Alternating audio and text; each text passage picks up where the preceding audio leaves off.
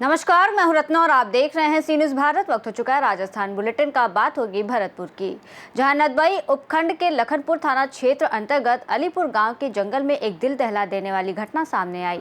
इसके साथ ही बात होगी दौसा की, जहां दौसा जिले की नवगठित लवाण नगर पालिका में सरकारी स्टाफ की भारी कमी के कारण विकास कार्य रुके हुए हैं। ऐसी तमाम खबरों पर विस्तार से चर्चा करेंगे इस बुलेटिन में। नदबई उपखंड के लखनपुर थाना क्षेत्र अंतर्गत अलीपुर गांव के जंगल में एक दिल दहला देने वाली घटना सामने आई। प्रेम प्रसंग के चलते एक प्रेमी युगल ने विषाक्त पदार्थ का सेवन कर आत्महत्या कर ली। घटना की जानकारी मिलते ही इलाके में सनसनी फैल गई और मौके पर बड़ी संख्या में ग्रामीण जमा हो गए। घटना की सूचना मिलते ही additional SP Jaynarayan, Nadbai CO Amar Singh Rathore, Lakhanpur थाना प्रभारी शैलेंद्र सिंह मैं पुलिस जाब्ते के साथ मौके पर पहुंचे और घटनास्थल की बारीकी से जांच की। साथ ही एफएसएल टीम को भी बुलाया गया, जिसने साक्ष्य एकत्रित किए। सुबह करीब 7 बजे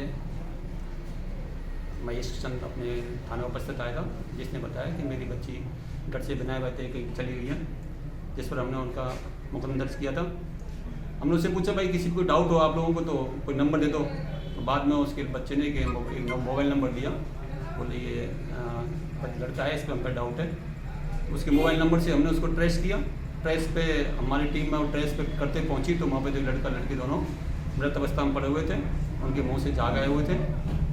और बाद में हमने एफएसएल टीम बुलाई, श्रीमान एसपी साहब, एडीसी साहब, सीओ साहब, सभी अधिकारी मौके पर पहुँचे। एफएसएल टीम ने गहनता से उसकी जांच की गई थी। फिलहाल हम मेडिकल बोर्ड से इसका पोस्टमार्टम करा रहे हैं, आगे विधिक कार्रवाई की जाएगी। ये मामला प्रथम दृष्टया क्या सामने आ रहा है? प्रथम दृष्टया बच्चे एक साथ डेड बॉडी हैं तो प्रेम प्रसंग ही हो सकता है। बाकी और जांच कर रहे हैं इस संबंध में। भरतपुर से सी न्यूज़ संवाददाता देवेंद्र सिंह सोलंकी की रिपोर्ट। दौसा जिले के नवगठित लवाण नगर पालिका में सरकारी स्टाफ की भारी कमी के कारण विकास कार्य रुके हुए हैं और जनता व पार्षद दोनों ही परेशान हैं। अधिशासी अधिकारी के अलावा कोई सरकारी कर्मचारी नहीं है, जिससे सफाई, रोड लाइट जैसी जरूरी सेवाएं प्रभावित हों। पार्षदों ने बताया कि पालिका अध्यक्ष के पति दिन भर कार्यालय में रहते हैं और पार्षदों की बात नहीं सुनी जाती। अधिशासी अधिकारी ने बताया कि कई पद रिक्त हैं और केवल सप्ताह में 2 दिन दौसा से कर्मचारी आता है, जिससे काम ठीक से नहीं हो पा रहे हैं।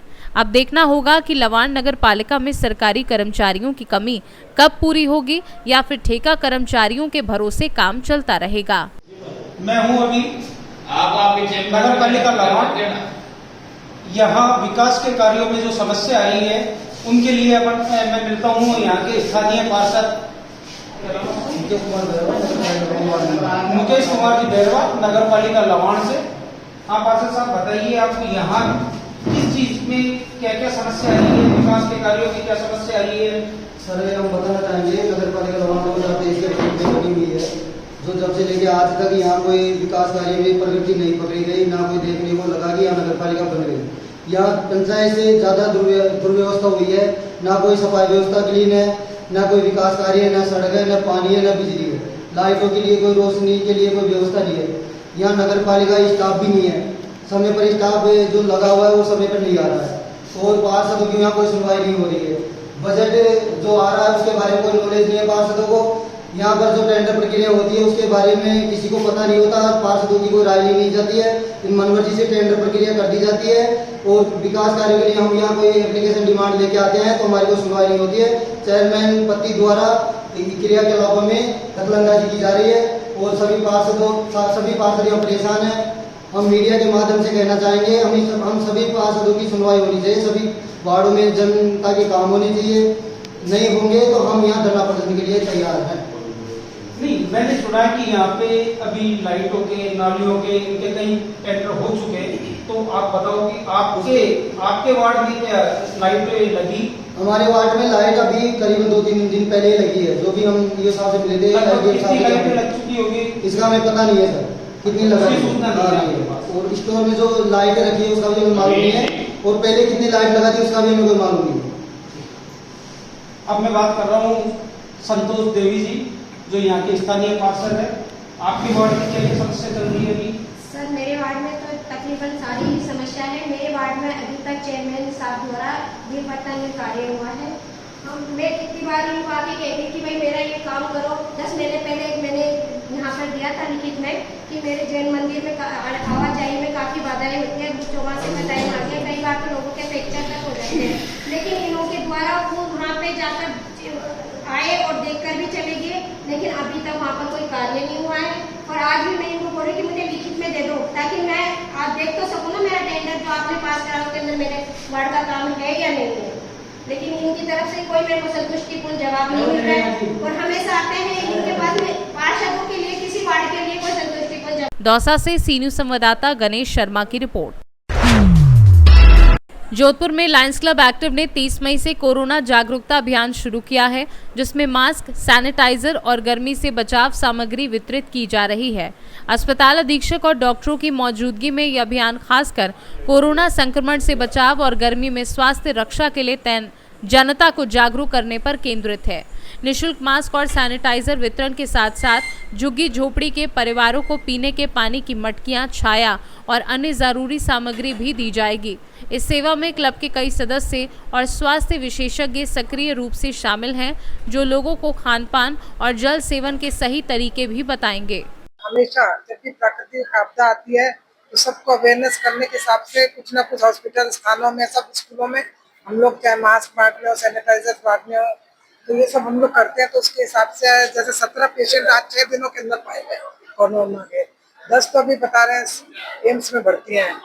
तो हमने ये सोचा यहाँ के लोगों को इतनी अवेयरनेस नहीं है, तो भीड़ के इलाके में जा रहे हैं, सट के घूम रहे हैं और मास्क नहीं लगा रहे हैं और एक दूसरे का झूठा खाना, मतलब जो घर में चलता है बहुत सारी जो चीजें भीड़ में ले जाके, तो वो उसके लिए आज हमने मास्क बांटे। और आज 30 मई से हमने सैटेलाइट 16 सेक्टर हॉस्पिटल है यहाँ से शुरुआत करी, क्योंकि हाउसिंग बोर्ड का एक छोटा जोधपुर है ये, यहाँ पर निम्न थोड़े से लोग रहते हैं जो अपना बेचारे, निम्न तो नहीं कहूँगी कि मतलब कमा नहीं सकते, इलाज नहीं करा सकते पैसों से, तो थोड़े से गरीब तबका रहता है, तो ये भीड़ रहती है यहाँ पर पेशेंट की। खांसी, जुकाम, 9 तपा चल रहा है, उसकी गर्मी का, ठेले वाले हैं सब्जी दिन भर बेच रहे हैं गर्मी में, तो वो दिन भर थक जाते हैं, तो बुखार से तपे रहते हैं। इस तरह के लोगों के लिए मैंने सोचा यहाँ पर जो भी अपने से हो सके वो अपन मास्क आज दिए हैं, फिर सैनिटाइजर्स का ऑर्डर किया हुआ है, ये सब यहाँ पर वितरित किए जाएंगे। और यहाँ पर पूछा गया कि डॉक्टर से ने क्या क्या 9 तपा में अपन को दवाई लेनी चाहिए, तो अपने को क्या क्या प्रिकॉशन रखने चाहिए,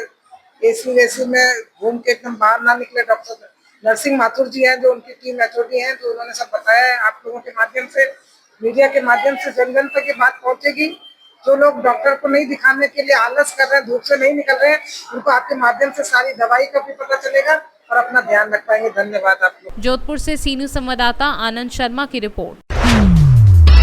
जोधपुर में 5वें सिख गुरु अर्जन देव जी की शहादत के अवसर पर सभी गुरुद्वारों में विशेष कार्यक्रम आयोजित किए जाएंगे। गुरु पर्व की पूर्व संध्या पर गुरुद्वारा गुरु सिंह सभा में 41 दिनों से चल रहे सुखमनी साहिब पाठ का समापन हुआ, जबकि अगले दिन गुरुद्वारा गुरु तेग बहादुर साहिब में अमृत वेला और सवेरे के विशेष दीवान होंगे। दिन में गुरुद्वारा गुरु सिंह सभा में गुरबाणी कीर्तन और अरदास होगी, जिसमें कीर्तनीय ज्ञानी जयपाल सिंह और ज्ञानी सचिन सिंह शामिल होंगे। शाम को गुरुद्वारा श्री गुरु नानक दरबार में लड़ीवार कार्यक्रम का समापन होगा। सभी कार्यक्रमों के बाद लंगर और प्रसाद वितरण किया जाएगा। साथ ही शहर के गुरुद्वारों और प्रमुख स्थलों पर ठंडे मीठे जल का भी आयोजन किया जाएगा। खालसा वाहिगुरु जी की फतेह। जपियो जिन अर्जन देव गुरु, फिर संकट जो न गर्भ न आयो। शहीदों के सरताज, नाम वाणी के बोएत, शांति के पुंज, धन धन 5वें गुरु अर्जन देव जी का आज शहीदी दिवस संपूर्ण विश्व में बहुत ही हर्षोल्लास के साथ मनाया जा रहा है। सिख समाज की परंपरा रही है कि हम अपने शहीदों के भी पर्व बहुत उल्लास के साथ मनाते हैं, और सिख परंपरा में हमारे गुरु अर्जन देव जी, गुरु तेग बहादुर साहब, गुरु गोविंद सिंह जी, चारों साहबजादे, माता गुजरी जी और बहुत सारे सिंह साहिबाना ने जो है वो शहीदी दी है धर्म के लिए, कि धर्म नहीं हारा है उन्होंने। 1606 ईस्वी में जहांगीर जो मुगल क्रूर शासक था, उसने लाहौर में गुरुजी को यातनाएं देते हुए गर्म तवे पे बिठाया, गर्म रेत उनके सिर पे जो है वो डाली गई, और इस माहौल में उन्हें यातनाएं देते हुए शहीद किया गया।